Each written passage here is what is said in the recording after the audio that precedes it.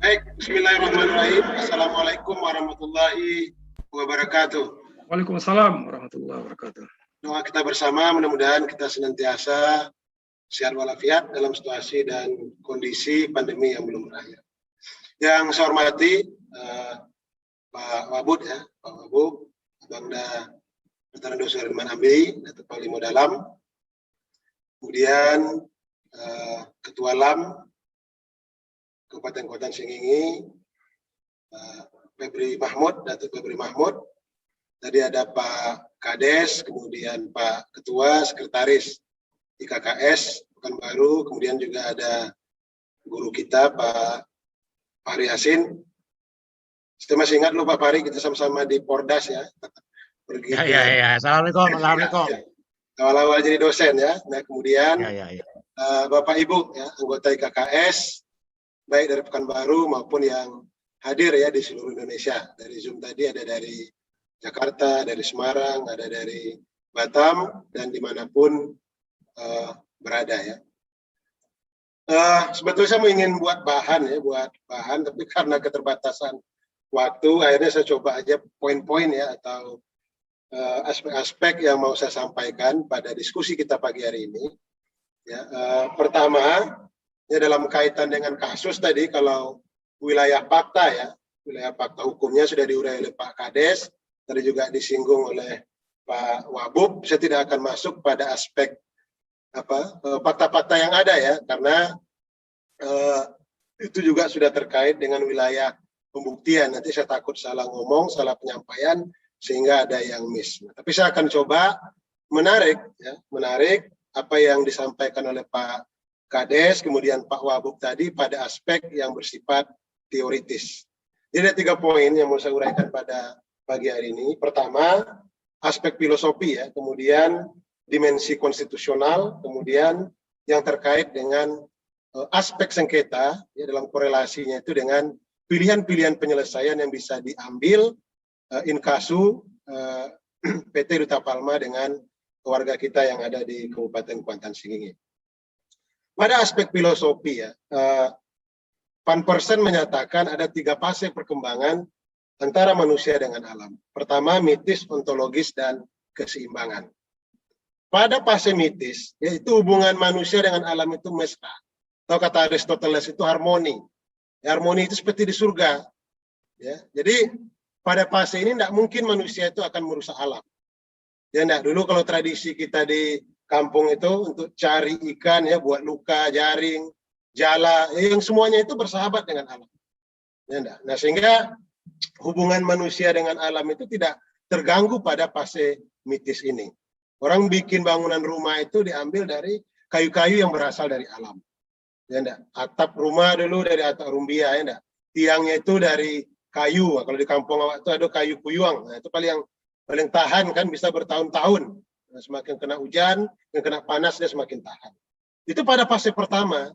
Nah, kemudian seiring dengan perkembangan peradaban, ya enggak, manusia menemukan ilmu pengetahuan, perkembangan peradaban manusia, muncul apa yang disebut dengan ontologi. Nah, pada fase ontologi ini berubah cara pandang, ya enggak. Itu tidak hanya semata-mata ditempatkan pada aspek kebutuhan, tapi sudah bergeser, ya enggak. Itu menjadi aspek perkembangan yang berkaitan dengan dimensi ekonomi. Nah, sehingga cara pandang negara juga berubah. Nah, itu tadi yang diurai Pak Wabub itu, di zaman Orde Baru itu muncul sejumlah kebijakan yang terkait dengan investasi. Ya, baik yang terkait dengan PMDN maupun PMA. Penanaman modal dalam negeri maupun penanaman modal asing. Ya, dalam rangka apa? Dalam rangka negara bisa memperoleh sumber pendapatan dari kekayaan alam yang terdapat di wilayah negara kesatuan Republik Indonesia. Nah, maka pada aspek policy atau kebijakan negara itu muncul berbagai instrumen yang digunakan dalam rangka untuk pemanfaatan dari sumber daya alam yang ada itu. Seperti misalnya perizinan ya, ada HGU, HTI, ya, dan berbagai macam jenis perizinan lainnya itu. Ya, nah, pada aspek ontologi, karena cara pandang manusia terhadap alam, termasuk juga negara itu sudah menempatkan alam itu sebagai entitas ekonomi, muncul problem. Dimensi keseimbangan antara manusia dengan alam itu mulai terganggu. Ya, nah, tapi di satu sisi, pada fase ketiga itu muncul apa yang disebut dengan keseimbangan. Di satu sisi, kita tidak menafikan bahwa negara ini butuh sumber-sumber pendapatan dari pengolahan sumber daya alam itu. Tapi di satu sisi, kelestarian lingkungan hidup, kelestarian alam itu mesti harus dijaga. Nah, maka pada titik inilah muncul peranan hukum yang dalam rangka untuk menjaga keseimbangan antara alam sebagai sumber pendapatan negara itu dengan keberlanjutan kelestariannya itu. Nah, maka muncul hukum sebagai sebuah instrumen. Teorinya begitu. Ya enggak? Muncul konsep perizinan. Nah, perizinan itu kan sebetulnya secara filosofis kekecualian dari larangan. Nah, tadi saya ingin komen sedikit dengan Pak Wagub. Saya kira sudah tepat apa yang dilakukan oleh Pak Wagub, melakukan audit melalui fungsi pemerintahan. Tadi berbagai jenis kan, ada izin lingkungan, HGB, SIUP, IUP, IMB, dan berbagai macamnya itu diinvestigasi. Ini sudah benar apa tidak? Kenapa? Disitulah peran negara sebetulnya dalam rangka untuk melakukan kontrol. Nah, cuman disampaikan Pak Wagub pada aspek ini ya, pada aspek dokumen investigasi itu mesti harus argumentasinya itu kuat. Kenapa? Hampir sudah dapat dipastikan korporasi ini pasti akan melakukan perlawanan melalui prosedur hukum yang ada.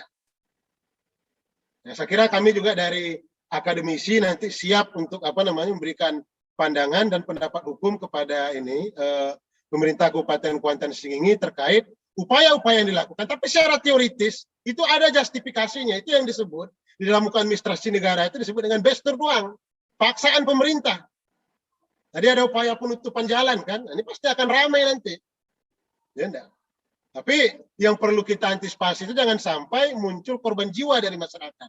Biar apa ya? Biar persoalan yang ada di Kabupaten Kuantan Sengingi itu menjadi persoalan yang tersebar di wilayah negara kesatuan Republik Indonesia. Sehingga pusat juga melihat gitu, bahwa ada problem yang tidak benar dilakukan oleh negara, apakah misalnya pada konteks hari ini maupun pada kebijakan-kebijakan masa lalu. Itu dibenarkan, bester doang namanya, paksaan pemerintah. Nah, tapi ini mesti harus diantisipasi dengan aspek bukti-bukti. Kenapa? Karena nanti kalau korporasi ini melakukan perlawanan melalui jalur litigasi, melalui proses peradilan, karena aspek itu nanti juga akan bermacam-macam. Bisa efek dari itu ke tindak pidana, bisa misalnya perlawanan melalui perdata, bisa melalui aspek peradilan tata usaha negara. Nah, tapi kampus, terutama kami yang di Fakultas Hukum Universitas Riau, siap untuk memberikan advice, pendapat-pendapat atau pandangan-pandangan hukum yang diambil oleh pemerintah Kabupaten Kuantan Sengingi sepanjang itu untuk kepentingan masyarakat. Karena di disertasinya Pak Firdaus, Pak Wagub, itu dia menyimpulkan bahwa entitas korporasi itu pada titik tertentu bisa mengalahkan kuasa negara. Jadi resources atau sumber daya yang dia miliki, ya enggak? Mereka senang Pak kalau mereka ini sengketa ke pengadilan. Apalagi melawan masyarakat adat.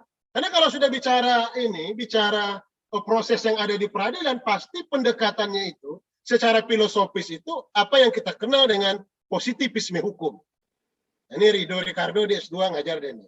Belajar dia tentang konsep itu. Positivisme hukum itu apa? Melihat keadilan dan kepastian itu dari dokumen-dokumen tertulis. Pasti kalah kita Pak Wagub. Mereka punya alas hak dalam bentuk AGU yang diberikan oleh negara.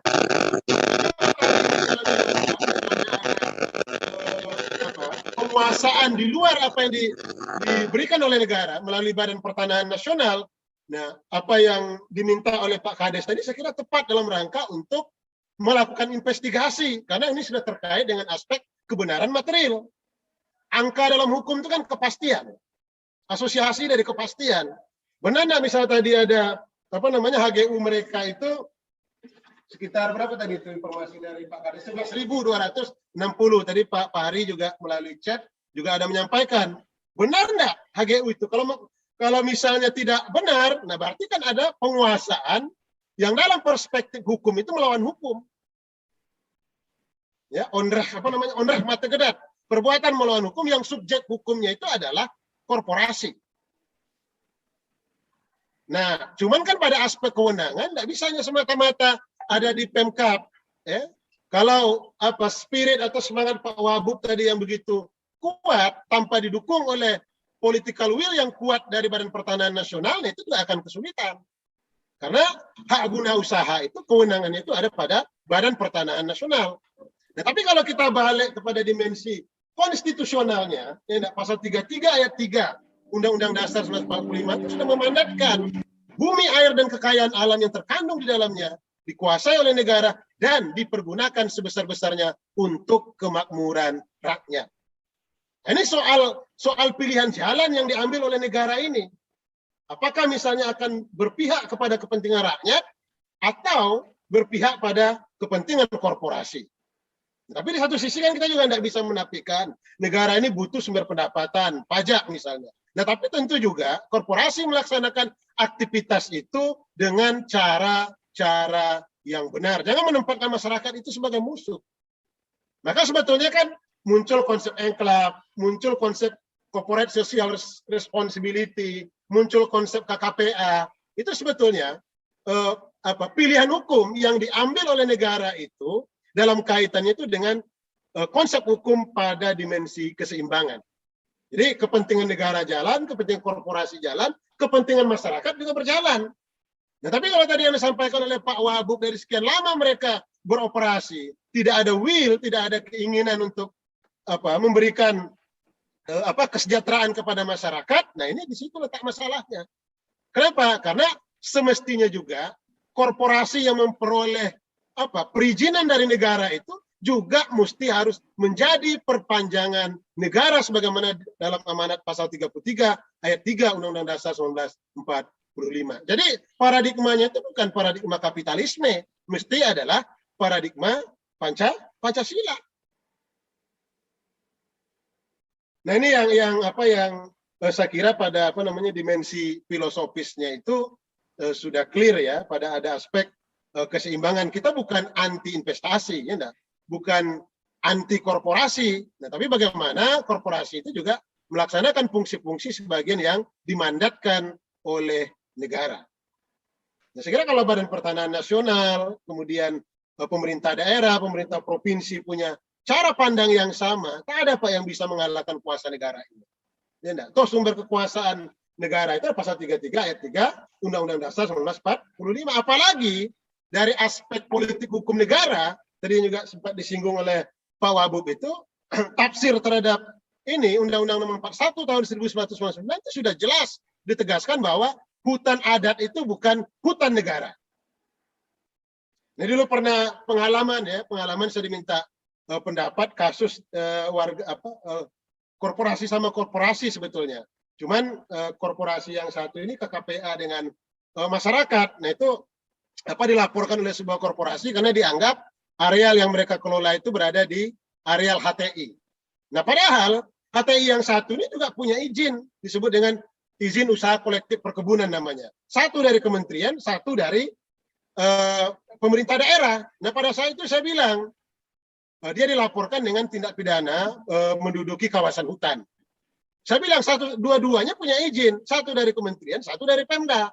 Lantas kok ini pihak penyidik kepolisian menetapkan tersangka? Yang salah siapa? Satu dari entitas negara melalui kementerian, satu melalui entitas pemerintah daerah. Dua-duanya benar, berlaku asas presumpsi justa causa. Setiap putusan pejabat tun itu dianggap benar sebelum dia dibatalkan. Nah, pada saat itu diajukan pra peradilan, saya sampaikan dan alhamdulillah permohonan pra peradilannya itu dikabulkan oleh peradilan pada saat itu. Nah, penetapan status tersangkanya itu diminta untuk SP3, saya tidak mengikuti lagi kelanjutannya itu, tapi tidak direktur perusahaan itu tidak jadi ditahan begitu. Nah, ini juga aspek kelalaian negara dalam memberikan kepastian hukum terhadap warga negara juga jadi problem begitu. Ya, nah, tumpang tindih ini kan akibat kelalaian negara. Hak itu kan diberikan oleh negara. Di PP 24/97 tentang pendaftaran tanah. Ya. Nah, oleh karena itu di dalam Perpres nomor 86 2018 tentang reforma agraria itu kan sudah dijelaskan juga ada peran dari pemerintah daerah Nah, di situ ada tim tim reforma agraria yang diberikan kewenangan delegasi di dalam Perpres itu untuk membentuk tim. Nah, kalau saya Pak Wabub lebih cenderung pilihan penyelesaiannya itu adalah melalui non litigasi. Jadi penyelesaian di luar peradilan meskipun tidak tertutup kemungkinan juga nah seperti kemarin yang kades kita yang dilaporkan ini ke pihak kepolisian ya karena memang korporasi lebih senang dia menggunakan instrumen hukum-hukum negara dalam mekanisme penyelesaian itu. Apalagi sistem integrated criminal justice system kita ini atau sistem peradilan umum kita itu cenderung dalam melaksanakan fungsi-fungsinya itu tidak dilaksanakan dengan situasi dan kondisi normal begitu ya. Karena itu tadi karena kekuatan finansial yang dimiliki oleh korporasi ya, kecenderungan dari badan peradilan kita itu ya cenderung memihak kepada kekuatan pemodal. Nah, ini juga menjadi problem terkait dengan spirit ya atau keberpihakan peradilan dalam proses penyelesaian sengketa itu. Karena di dalam Perpres itu juga sudah sudah dijelaskan ya tahap-tahap yang mesti harus dilakukan oleh pemerintah dalam rangka penyelesaian atau penanganan konflik agraria yang terjadi itu. Ya dilihat dari aspek pendekatan subjek itu kan sengketa bisa orang perorangan, kelompok dengan lembaga, kemudian orang perorangan dengan badan hukum, bisa lembaga dengan lembaga. Nah, kasus kita di kampung kita ini kan sebetulnya antara masyarakat ya, kelompok atau masyarakat adat dengan korporasi ya, dengan korporasi kalau kita connectingkan peristiwa konkret yang ada di kampung kita itu dengan ketentuan di dalam pasal 17 Perpres 86 tahun 2018 tentang reforma agraria itu. Nah, itu saya kira sebagai pengantar diskusi dari apa yang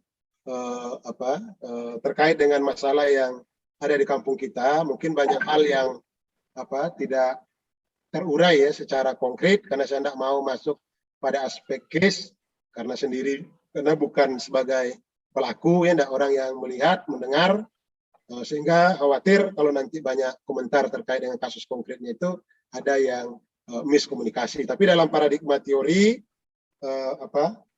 langkah-langkah yang dilakukan oleh pemerintah daerah itu ada justifikasi teorinya, terutama tadi langkah awal yang dilakukan oleh Pemkab seperti disampaikan oleh Pak Wabub tadi dengan menginventarisir semua instrumen yang diberikan oleh negara itu terkait dengan aspek kebenaran materialnya. Ya enggak, aspek kebenaran materialnya nanti baru dikonstruksikan apakah aktivitas yang mereka lakukan itu sudah benar atau tidak. Nah, dalam konteks keberpihakan negara, dalam konteks kehadiran negara, langkah awal yang dilakukan oleh Pemkab Kuansing itu perlu kita dukung bersama dan kita perlu satu suara baik masyarakat, pemerintah daerah, tokoh masyarakat maupun kami kalangan kampus ya terkait dengan kes-kes yang ada di kampung kita itu. Saya kira itu Pak Moderator, Pak Dr. Aprian sebagai pengantar diskusi kita pada pagi hari ini dan saya akhiri. Assalamualaikum warahmatullahi wabarakatuh. Waalaikumsalam warahmatullahi wabarakatuh. Ya, terima kasih banyak Dr. Maksasa Indra. Beliau ini juga adalah akademisi ya, sekarang diamanahkan dekan Fakultas Hukum Universitas Riau. Dahulu nih waktu